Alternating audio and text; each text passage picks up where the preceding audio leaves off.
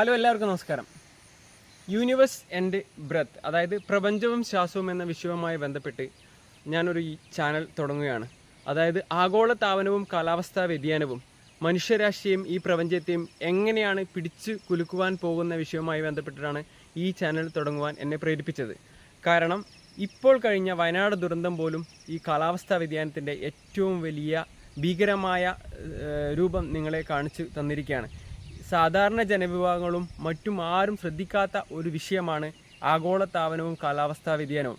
ഇപ്പോൾ ലോക നേതാക്കന്മാരും ഇന്ത്യൻ പ്രധാനമന്ത്രി പോലും മുഖ്യമന്ത്രി പോലും ഈ വിഷയത്തിൽ എല്ലാ ദിവസവും ഇതുമായി ബന്ധപ്പെട്ടുള്ള ചർച്ചകളും കാര്യങ്ങളും തുടങ്ങിക്കഴിഞ്ഞു. മനുഷ്യനിർമ്മിതമായ വലിയ ദുരന്തമാണ് ആഗോളതാപനവും കാലാവസ്ഥാ വ്യതിയാനവും. ഇത് ഏറ്റവും കൂടുതൽ ഞങ്ങൾക്ക് വേണ്ടി പിടിച്ചു നിർത്തുന്നത് കാർഷിക മേഖലയും സാധാരണ ജനവിഭാഗങ്ങളുമാണ്. കാർഷിക മേഖലയാണ് ഞങ്ങളുടെ ഭക്ഷ്യക്ഷാമം പോലും പരിഹരിച്ചു കൊണ്ടിരിക്കുന്നത്. ഇന്ന് കാർഷിക മേഖല തകർച്ചയുടെ വക്കിലാണ്. കാരണം കാലം തെറ്റിയ മഴ, അങ്ങനെ എല്ലാ മേഖലയും തകർന്നുകൊണ്ടിരിക്കുമ്പോൾ കേരളത്തിന് ഇത് ഏത് രീതിയിലുള്ള പ്രത്യാഘാതമാണ് ഉണ്ടാക്കാൻ പോകുന്നതാണ് ഞാൻ ഈ വിഷയവുമായി ബന്ധപ്പെട്ട് പറയാൻ പോകുന്നത്. കേരളം ഒരു ഉപഭോക്തൃ സംസ്കാരമാണ്. കാരണം ഞങ്ങളുടെ പർച്ചേസിംഗ് പവർ കുറഞ്ഞുകൊണ്ടിരിക്കുമ്പോൾ ഞങ്ങൾ ഉപയോഗിക്കുന്ന ഭക്ഷ്യ ഉൽപ്പന്നങ്ങളുടെ എല്ലാ വില ദിനം പ്രതി വർദ്ധിച്ചുകൊണ്ടിരിക്കുന്ന അവസ്ഥയിലാണ് പോയിക്കൊണ്ടിരിക്കുന്നത്.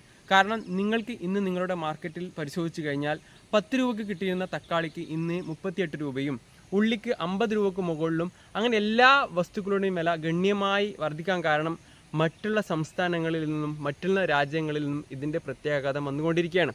ഇതെങ്ങനെ തരണം ചെയ്യാമെന്നുള്ളതാണ് ഇനി വരുന്ന എല്ലാ വീഡിയോകളും. ഇതെങ്ങനെയാണ് മനുഷ്യനിർമ്മിതി എന്നുള്ളതുമാണ് ഞാൻ ഈ വിഷയവുമായി ബന്ധപ്പെട്ട് പറയാൻ പോകുന്നത്. ഇത് ഞാൻ വർക്ക് ചെയ്യുന്നത് ലോ കാർബൺ സൊല്യൂഷൻ എന്ന് പറയുന്ന ഒരു കാലാവസ്ഥ ക്ലൈമറ്റ് ടെക് വിഭാഗത്തിലെ ഒരു ക്ലൈമറ്റ് ചേഞ്ച് കോർഡിനേറ്ററായിട്ടാണ് ഇപ്പോൾ ജോലി ചെയ്യുന്നത്. അതിൻ്റെ ഭാഗമായിട്ടാണ് എനിക്ക് ഈ വിഷയം നിങ്ങളോട് ഷെയർ ചെയ്യാൻ തോന്നിയത്. എന്താണ് ഇനി വരാൻ പോകുന്ന ലോകം, എന്താണ് ലോകക്രമം, അതിന് എന്താണ് ഭാരതത്തിൻ്റെ കോൺട്രിബ്യൂഷൻ, ഇതൊക്കെയായിട്ട് ബന്ധപ്പെട്ട് ഇതെങ്ങനെയാണ് ഞങ്ങൾ നിർമ്മിക്കുന്നത്, അതുമായി ബന്ധപ്പെട്ടുള്ള കാര്യങ്ങളാണ് വരാൻ പോകുന്നത്. എല്ലാവരും അടുത്ത തലമുറയ്ക്ക് വേണ്ടി ഈ കാര്യങ്ങൾ മനസ്സിലാക്കുക. നിങ്ങളുടെ ജീവിതം ഏത് രീതിയിൽ സുരക്ഷിതമാക്കാമെന്നുള്ള രീതിയിലുള്ള വിഷയവുമായി ബന്ധപ്പെട്ട് നിങ്ങൾ സബ്സ്ക്രൈബ് ചെയ്യുക, മറ്റുള്ള ആൾക്കാരിലേക്ക് ഇത് എത്തിക്കുക.